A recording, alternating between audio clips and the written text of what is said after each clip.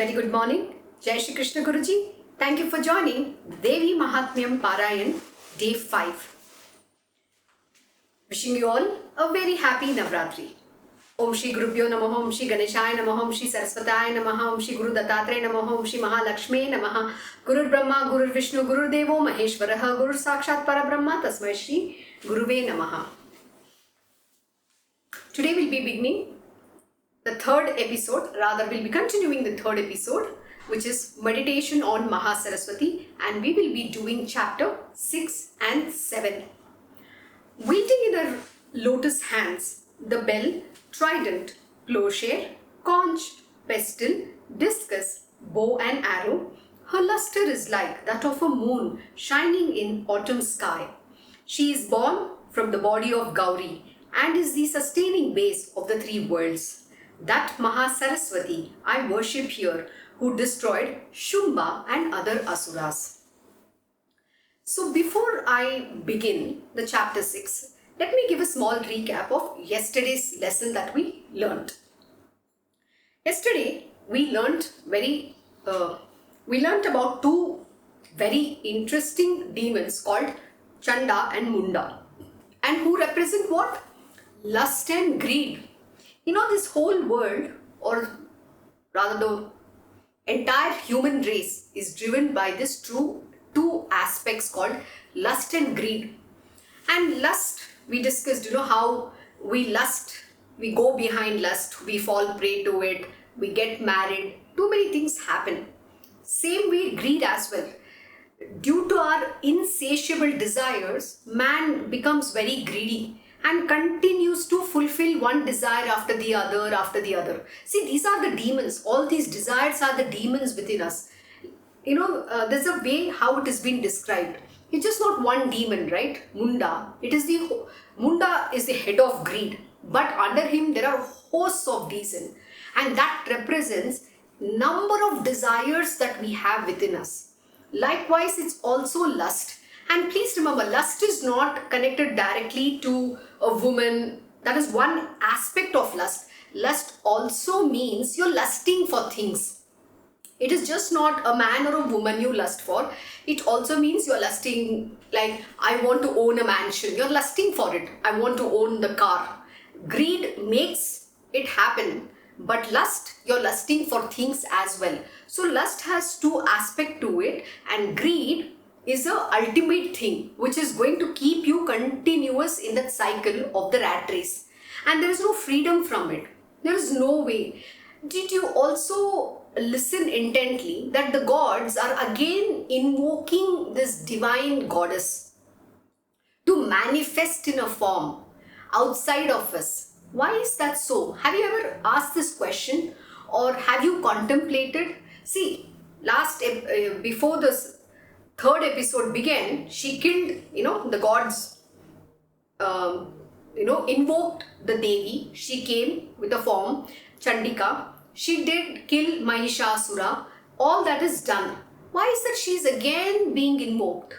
And today, if you see, the demons are very different. So it all began from Chanda Munda, and their super bosses who? Shumba and Nishumba. And what does that tell us? That tells us that there are different demons which keep rising within us. There is no end to it at all. So this goddess has to be continuously invoked within us and outside of us. And that is why we go to the temples. We want to worship the goddess outside of us, because we don't have the conviction that goddess is within us. I am the divine being. There is no conviction. We think we are this crass human being. We think I am this body, the mind, the senses, everything that I believe I am. I have a name. The official name as per in your passport is what? Who you are. Is that so? It is a name given to this body. But who you truly are is what you don't know. And we don't even want to make an effort. Today we don't have the control over our mind and also the physical body. See, when somebody asks, where is your mind? We say manas, or somebody show here. This is brain. This is not a mind. Mind is manas. But is the manas here? Is the mind here? No, mind is head to toe. So do you know now how the demons work head to toe? Just imagine if you get angry, what happens to you? You lose control over yourself. You become, your body, within you, you're filled with bitterness, negativity, and all other, the feelings connected to which is not good. And there are different things that happen to you. Either you get angry and you become abusive, you say bad things, or you seethe within yourself. Some people break things. So a lot of different reactions happen because of your anger. Now what does that lead? It doesn't lead to anything good. In Bhagavad Gita, Lord Shri Krishna has very beautifully explained, anger is doorway to hell. Now we have the knowledge. Even after having the knowledge, why do you get angry? That means we are not able to conquer the demon within us. With the power that exists, that I am this Devi, all the Astras Shastras are there within us. God has bestowed everything with her, no? They manifest her in the form of this great divine goddess, supreme goddess. They manifest her so that she can then destroy these demons with different weapons. You can't use the same weapon to kill the same demon. The different demons. You can't. With one weapon, you can't kill all the demons. You have to use different techniques. That is called the tools. That is called the weapons to destroy these demons. They come dime a dozen. And yesterday came Chanda Munda. Today we'll be learning something new. Tomorrow we'll be learning something new. And their super boss are called Shumba and Nishumba. And they have hosts of demons within them. So where is this freedom or release from all these vrittis, tendencies, this asuric, we say asuric tendencies, evil dispositions or evil characters within us, demonic disposition. Why do we have that? Why are we the demons? Why can't we be divine? To be divine, you have to put arduous effort. It just doesn't come like that. Understanding that lust is bad, even after knowing, a man goes and still drinks. Like my Guruji will say, if you keep a bottle of liquor in front of a drunkard, of course he's going to go get attracted. He doesn't have firmness within him to control it. Even people, though having a guru, who have been with them, it's easy for them to fall off the path of the divine, divinity. It's very easy to fall off the path and then accept the material worldly muck that is there. Family, husband, wife, children, everything. Nobody's saying you shouldn't have. Okay, fine, those are your desires or your destiny. But you can, which you want to fulfill. Fine, you get fulfilled. But don't be so lost in that you leave the divinity aside. You leave the hands of the divine being and take on the hand of Maya. You hold the hand of Maya and then walk. Then what happens to you? Destiny takes over. Then there is no redemption at all. You'll have to keep coming back again and again. You have sanctioned yourself the cycle of birth and death. The cycle of birth and rebirth continuously. So where is this question of freedom? Yesterday we were also discussing about the sickness. How these old people believe that they are sick all the time. It's forget about they are being sick. They invite sickness. And their mind is the one which creates this sickness. They are constantly thinking about some sickness or the other.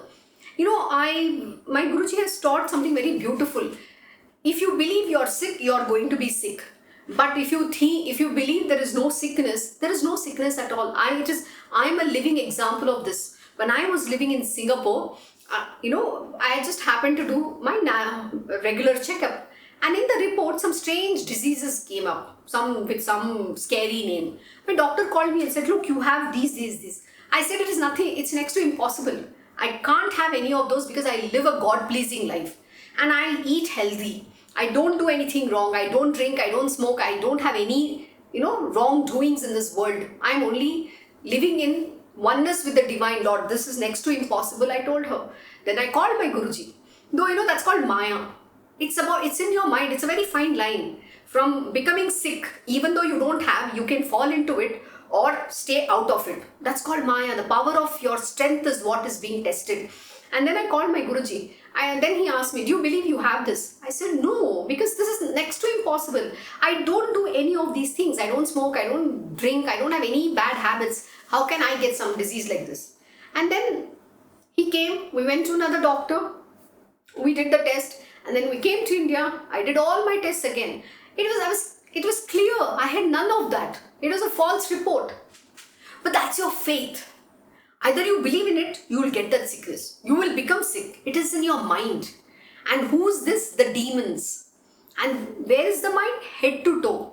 So through your body, they're working in the form of illness. They take over. What does the Mahishasura represent? Buffalo. From buffalo becomes lion. From lion becomes the man with a sword. From man with a sword becomes an elephant. Again goes back and becoming a buffalo. Do you see? And then they capture Indra's throne.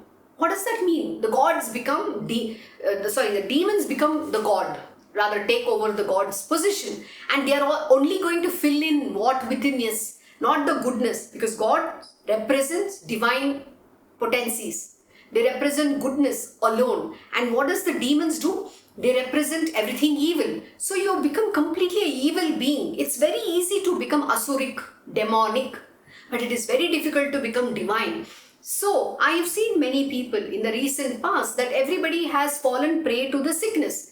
And they have become, oh, I'm a lost being. I don't know what to do. I just want to take care of my father. I am doing puja.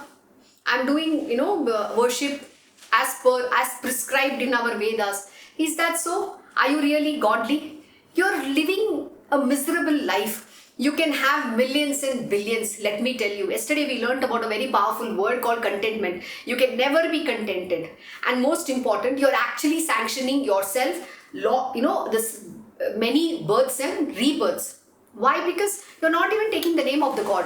God doesn't mean just going to temple in the morning and worshipping once in the morning. Oh God, please take care of me. That's it, please help me be hale and hearty. Give me more money. This is what is your God all about. God is God is something very powerful. It is supreme. You don't have to go beg. You don't have to ask. You have to seek, saying, God, help me to attain you. That has to be your prayers. Thank you for this wonderful human birth, because of which I am privileged to attaining you. That is what we have to seek. But human beings don't seek this. God, they go with a begging bowl. God, I want this, I want that, I want that, I want that. Recently, just a very quick introduction. We have established a foundation called Mythistical Foundation. And we will be soon establishing our temple, Radha Krishna My Temple. It is Radha Krishna. It is Radha Krishna Gurukul, Mythistical Foundation's Holistic Center of Excellence. Now, we have been raising funding to establish the temple. We are seeking donations from people. You know why? It is not that we are interested in somebody else's money, but it is about a welfare for this humankind. It is well-being for everybody.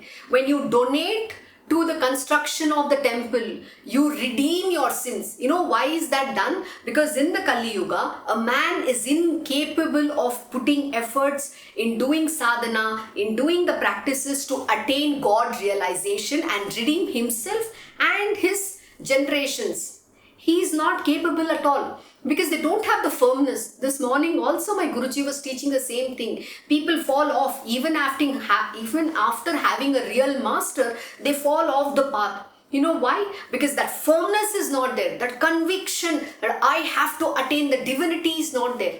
My life has to be redeemed. I have to do good in this world is not there. Everybody is self-centered. They only think about themselves. My Guruji has been sick for the last 20 days. Not a single soul calls him to check how he is doing. Only when they want something, they will come with a begging bowl to him. Guruji, I want this. Guruji, I want that. Guruji, my father is sick, my mother is sick. Please help me. Guruji will take all the sickness on himself and suffer. And people don't even have the courtesy to even offer Guru Dakshina.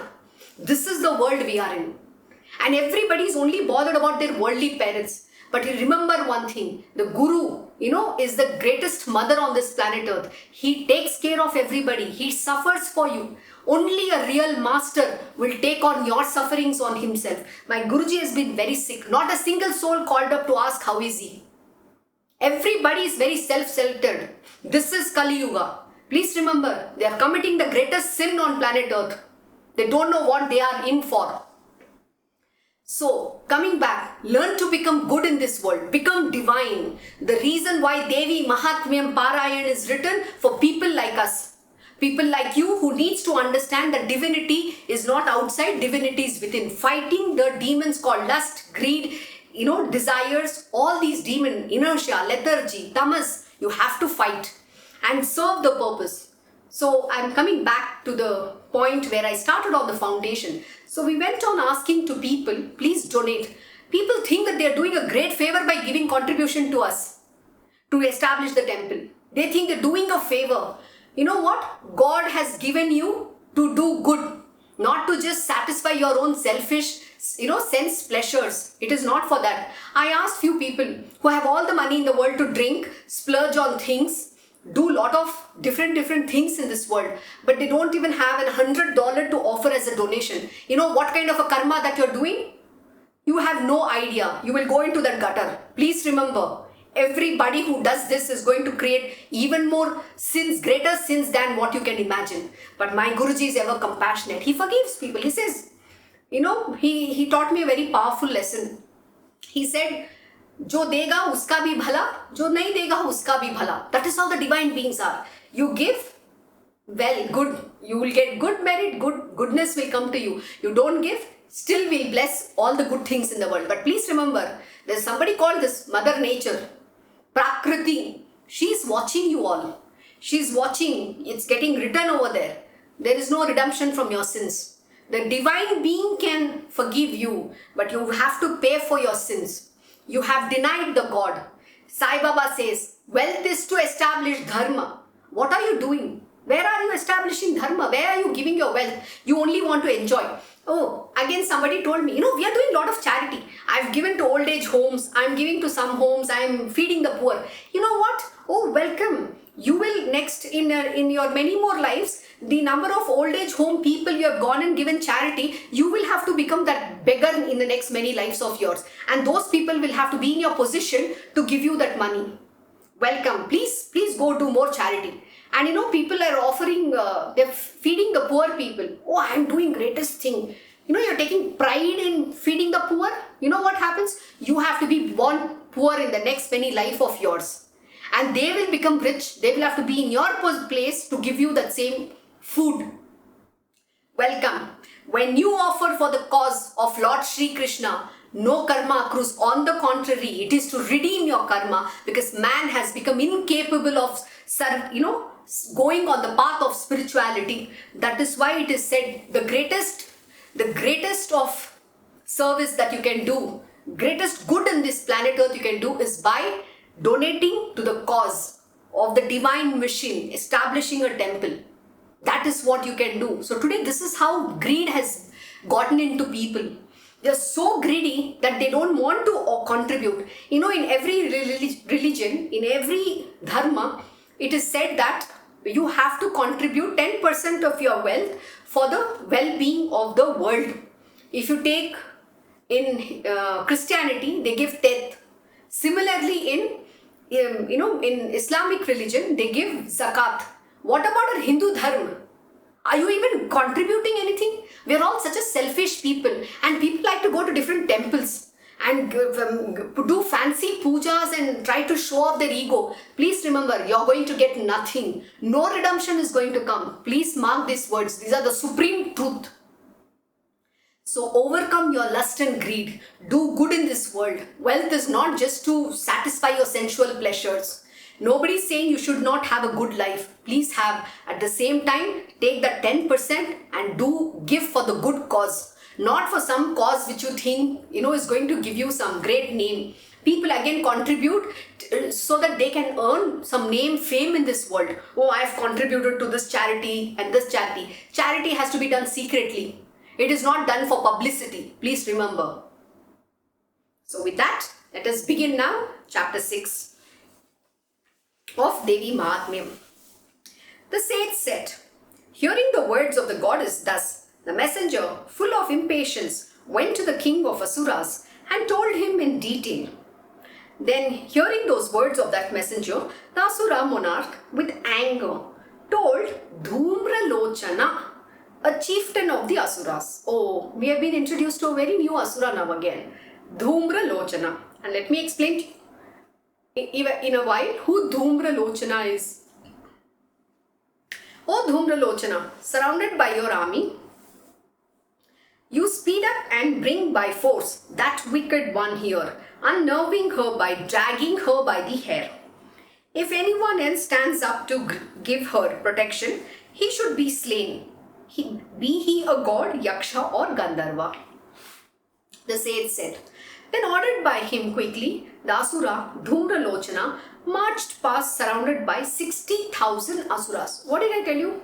There is always a chieftain, there is a head, and under them there are hosts of Asuras. So what happens? We get one problem within us which is called greed, and under that there is hosts of greeds, rather the Asuras, which is going to keep on increasing your greed. It is never ending. Please remember, recognize these demons within you and outside of you.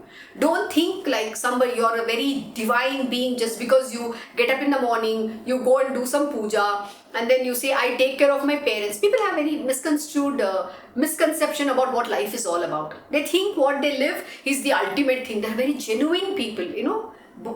I don't know what to say. You're living a life of absolutely a crass human being. You don't know what it means to be divine, going on the path. Yeah, you might not be drinking, you might not be smoking, but please remember, the greatest intoxication is in your mind. You need to first overcome your mind. And the other thing that a man lives is living in his sickness, constantly feeling, oh, I don't know what's going to happen to me, I'm going to die, I'm helpless, I can't travel. You need to learn to overcome the bodily afflictions. That is called the power within us. And that is what the weapons represent. On seeing the goddess seated on the snowy mountain, he shouted, set out to the presence of Shumba and Nishumba. If you do not go to my master now with love, I shall take you by force, unnerving you by dragging you by the hair. The goddess said, you are sent by the lord of the Asuras. You are strong, are surrounded by an army. If you thus take me by force, what can I do to you? The sage said, spoken to thus, the Asura Dhumralochana rushed towards her. The mother reduced him to ashes by mere grunt, Hamkara. Then the great army of the Asuras, enraged, showered on the mother sharp arrows, lances and hatchets. Then the lion, the mount of the goddess, shook its manes in anger, made a terrible noise, and fell on the army of the Asuras. Some Asuras with a blow of its paw, others with its mouth, and some others with a stampede of its hind legs, it slaughtered. The lion tore with its claws the bellies of some Asuras, and striking with its paw, it severed their heads. It cut asunder the arms and heads of others, and shaking its mane, it drank the blood from the bellies of some others. In a moment, the entire army was destroyed by that enraged lion, the noble vehicle of the goddess. Hearing that the Asura Dhumralochana was slain by the goddess and the entire army was destroyed by the lion of the goddess, Shumba and the lord of Asuras became furious. With his lips quivering, he ordered the great Asuras, Chanda and Munda,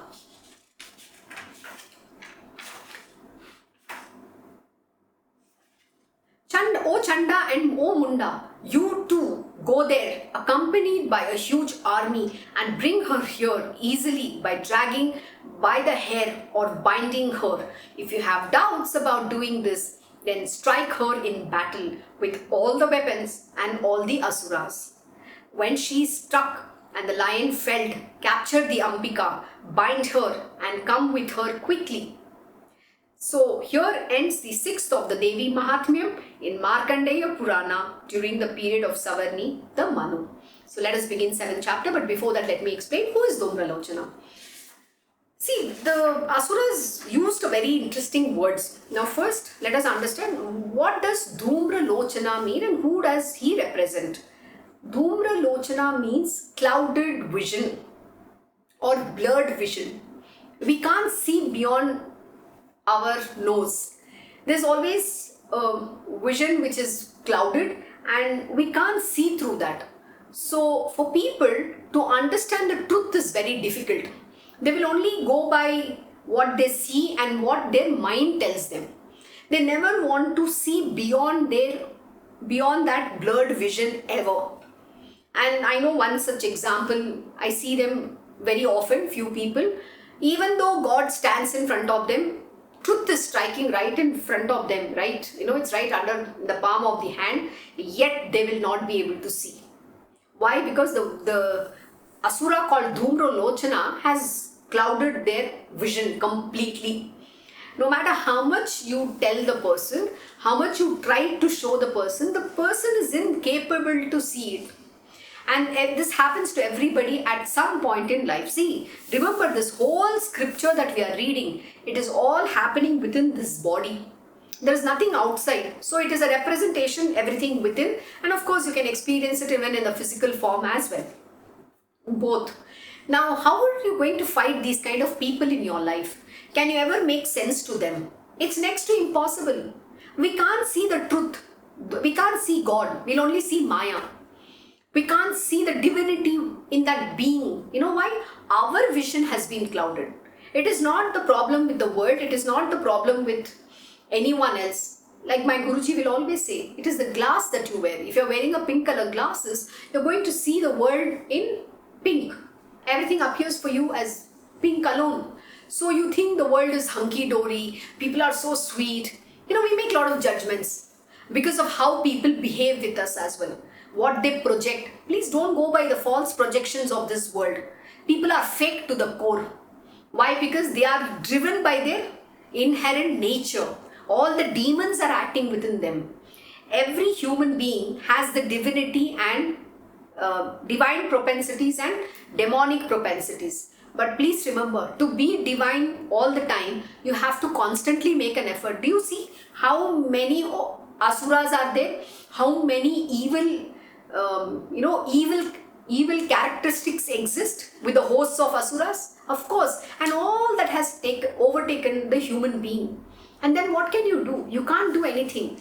It is only every individual through their self-effort alone can get out of it. Otherwise, it is not possible at all. It is very easy to fall off the path.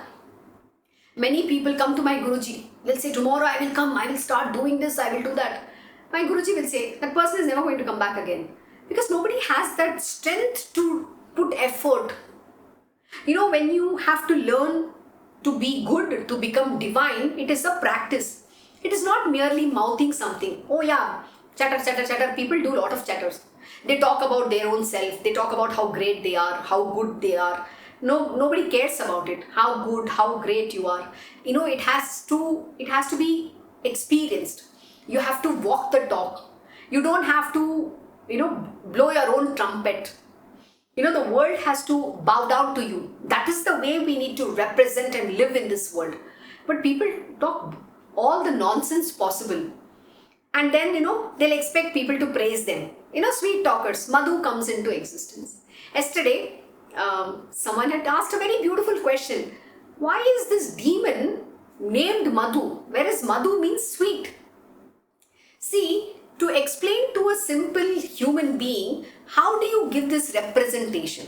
We have to use these words. So Madhu is used so that a person quickly understands. Oh, sweet talkers. Madhu means honey, sweet, sugary sweet. And then it is very easy for the mind to connect. So the divine beings, when they write this story, they write for the simple minds to understand, because our mind doesn't even want to listen and our vision is always clouded by Dhumra Lochana. We don't want to see things in the light of knowledge, in the light of truth. We only want to see, whatever our mind shows us. Our imaginations, we imagine fantastic things and we only want to see our imaginations. But is the imagination the truth? Of course not. We live in our own fantasy world.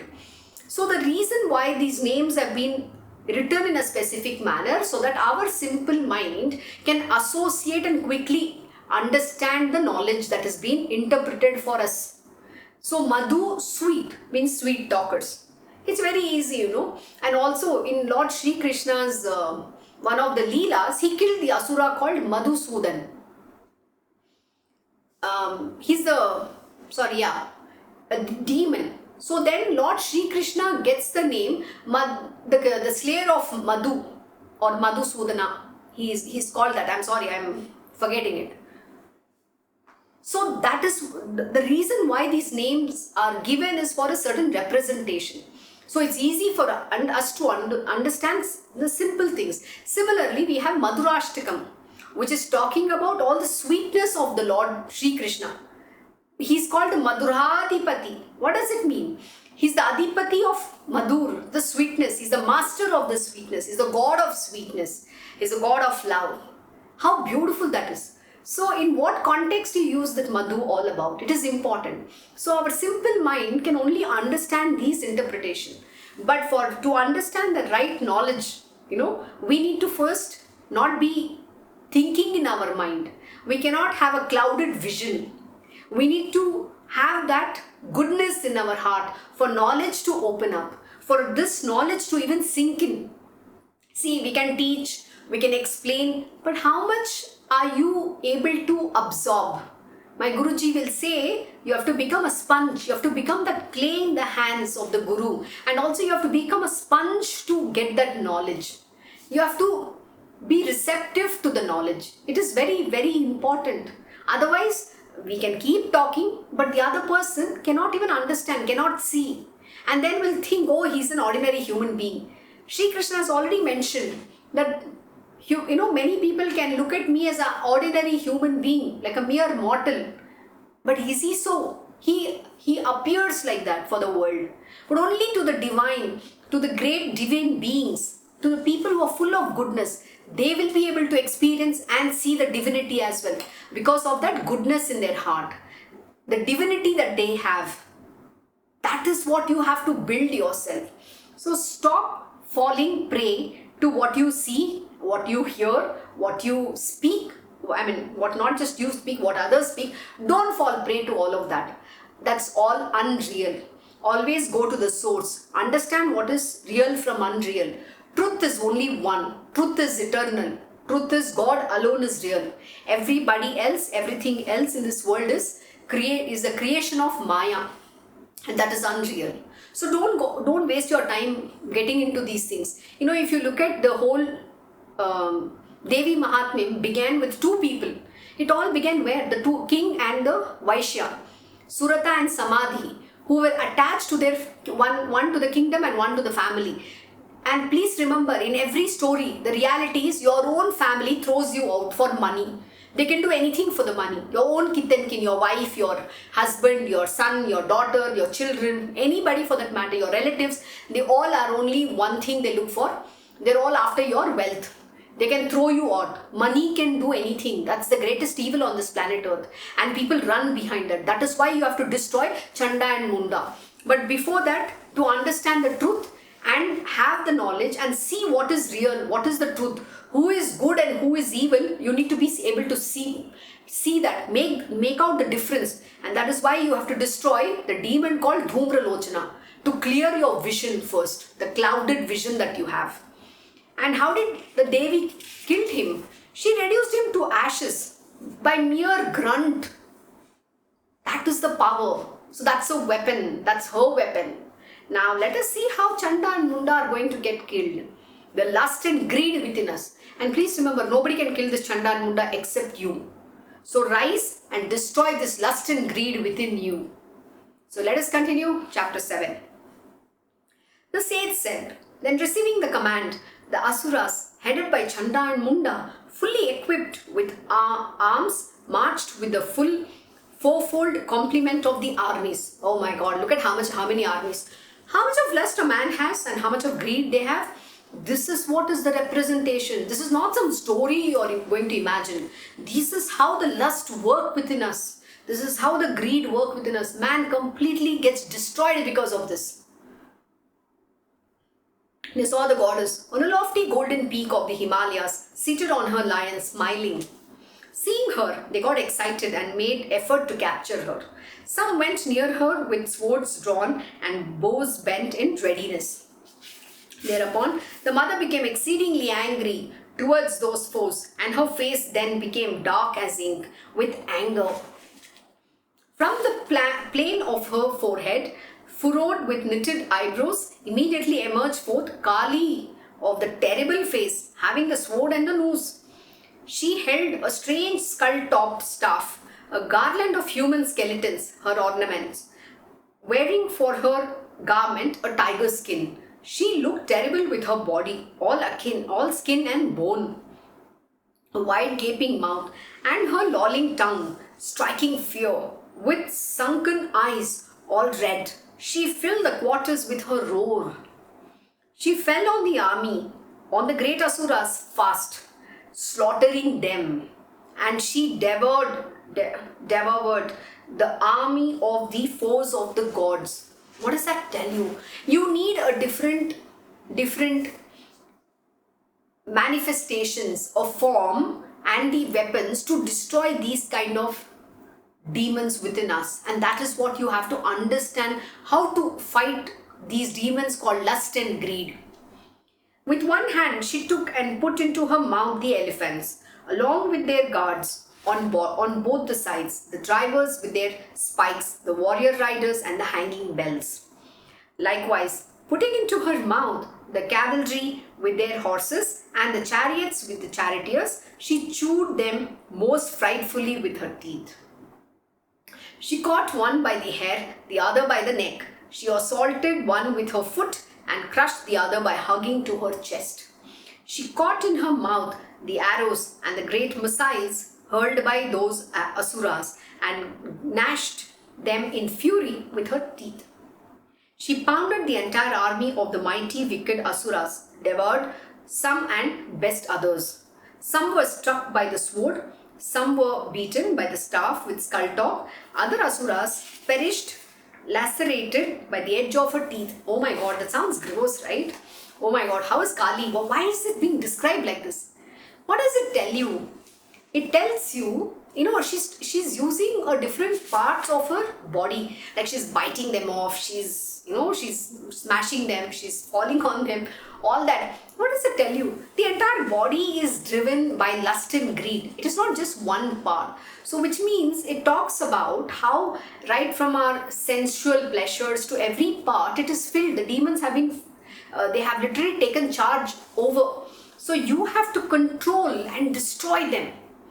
And there's no other way but to invoke this goddess. Understand that you are that Kali, that Maha-Kali, and you will have to kill them within with the power of your strength, with the power of the knowledge. That potential you have to use. Seeing that the entire army of the Asuras was in a moment laid to the ground, Chanda ran towards the terrible Kali. The great Asura, with terrific showers of arrows, and Munda, with discuses hurled in thousands, covered her of terrific eyes. Those innumerable discus entering her mouth shone like so many orbs of the sun entering in the midst of a cloud. Then Kali of terrible face laughed fiercely in wrath, making a frightful noise, her gleaming teeth dazzling the eyes. Mounting on the great lion, the Devi rushed at Chanda. Catching him by the hair, she severed the head with her sword. She severed the head with her sword. But also please remember, I have already told you, when the demons are killed, when you put absolute effort in overcoming the lust and the desire, doesn't mean these demons are killed at that moment to eternity. They are not killed once and for all. That means they have been subdued. They just are benign. They are there somewhere. But when you least expect it, they again wake up from the dead. Please remember. So don't gloat, oh, I have now killed the demon. I am free of lust and greed. That doesn't go. You don't know when the lust and greed can strike you. It can strike you at any point in time. So always be vigilant. And that is why the sadhana and practice and to understand that you are the divine Devi has to be constantly done. It is not just once in a year doing Devi Mahatmyam Parayan. Everybody, does great celebrations with pomp. We keep the manifestation of the God outside of us and try to celebrate and seek her grace. But that's not is all required. You have to first understand the truth. You will have to fight your own demons. That's what we teach here. And then once the 9 days festival is over, we eat good food, we wear good clothes, we merry make, and then conveniently finish everything, go back to our world and live like again the pigs. We go in the same muck and we roll in that muck.